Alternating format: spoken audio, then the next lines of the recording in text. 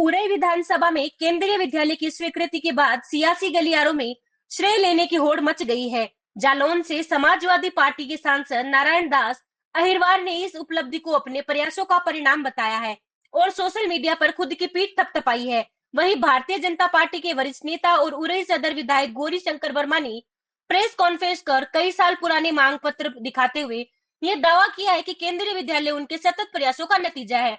उन्होंने कहा कि जिले के बच्चों को अब गुणवत्तापूर्वक शिक्षा के लिए बाहर नहीं जाना पड़ेगा। उधर निवर्तमान सांसद और केंद्रीय मंत्री भानु प्रताप सिंह वर्मा के समर्थक भी स्वीकृति को उनकी मेहनत और केंद्र सरकार की शिक्षा नीति की देन बताते हुए आभार जता रहे हैं। केंद्रीय विद्यालय की स्थापना की खबर से जहां जिले के अभिभावकों और विद्यार्थियों में खुशी की लहर है, वहीं राजनीतिक दलों के बीच इस उपलब्धि का श्रेय लेने की रस्साकसी थमने। विधायक जी, हाल ही में जनपद में एक केंद्रीय विद्यालय की स्वीकृति हुई है, जिसको लेकर सपा और भाजपा में एक जंग सी छिड़ गई है, जिसमें उसकी क्रेडिट लेने की बात आ रही है सामने। तो क्या इसका पूरा मामला है और कहां से इसकी शुरुआत हुई? भारतीय जनता पार्टी की केंद्र में भी सरकार है और प्रदेश में भी सरकार है, और जो जन कल्याणकारी योजनाएं आती हैं वो दोनों सरकार तय करके जमीन पर उतारने का काम करते हैं। आज भारत सरकार के द्वारा जनपद जालौन को उरई विधानसभा के अंतर्गत ग्राम बड़ीराम में केंद्रीय विद्यालय की सौगात की स्वीकृति 4/10/2025 को स्वीकृति का पत्र जारी हुआ है। मैं देश के यशस्वी प्रधानमंत्री को और देश के भारत सरकार के केंद्रीय मंत्री आदरणीय धर्मेंद्र प्रधान जी को और उत्तर प्रदेश के मुख्यमंत्री को मैं बहुत बहुत बधाई और धन्यवाद देता हूं कि उन्होंने बुंदेलखंड जैसे बीहड़ के क्षेत्र में जनपद जालौन के अंतर्गत जो केंद्रीय विद्यालय की स्वीकृति दी है।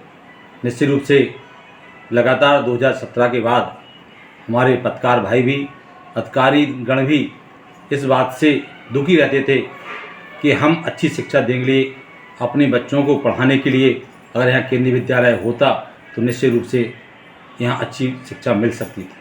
उसी को लेकर मैं लगातार 17 से प्रयास कर रहा हूँ। 18 में मैंने मुख्यमंत्री से प्रार्थना पत्र दिया था। मैंने 19 में उत्तर प्रदेश के राज्यपाल आदरणीय राम नाईक जी को केंद्रीय विद्यालय के लिए पत्र दिया था। 2021 में मैंने देश के उस समय वर्तमान राष्ट्रपति आदरणीय महामहिम रामनाथ कोविंद को पत्र दिया था। लगातार मैं कई बार भारत सरकार के शिक्षा मंत्री आदरणीय धर्मेंद्र प्रधान जी के आवास पर जाकर, उनके कार्यालय पर जाकर कई बार मैंने इसकी मांग की और उनसे हाथ जोड़कर प्रार्थना भी की थी। उत्पन्न हुआ है सेंट्रल स्कूल के लिए। विधायक जी कह रहे हैं कि हमने करवाया है, आप कह रहे हैं कि हमने लेकर परसों करा है, उसके कारण देखो, सदन में भी आप लोगों ने सुना होगा कि हमने बराबर केंद्रीय विद्यालय के लिए अपनी मांग रखी है और हमने माननीय शिक्षा मंत्री जी को भी लेटर द्वारा अवगत कराया और कई बार उनसे निवेदन किया कि हमारा बुंदेलखंड क्षेत्र बहुत पिछड़ा क्षेत्र है।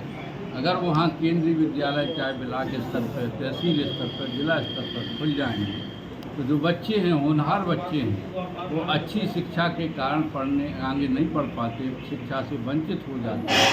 अगर विद्यालय खुल जाएंगे तो हमारे बच्चे जो बाहर नहीं भटकना पड़ेंगे, वो शिक्षा मिल जाएगी।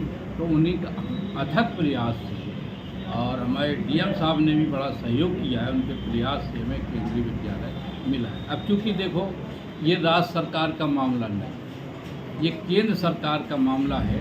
जो राज्य सरकार का मामला होता तो माननीय विधायकों को हम बहुत बहुत धन्यवाद देते, सभी लोगों को, कि वो राज्य की डिग्री कॉलेज ले आते और जहाँ पिछड़ा क्षेत्र है वहाँ गवर्नमेंट स्कूल ले आते, और बहुत धन्यवाद देते। क्योंकि अब ये तो केंद्र का मामला है, तो आप सभी लोग समझते हैं कि ये केंद्रीय विद्यालय है, कोई राजकीय विद्यालय नहीं। के लिए हमारे YouTube चैनल को सब्सक्राइब करें और नई वीडियो की नोटिफिकेशन के लिए बेल आइकन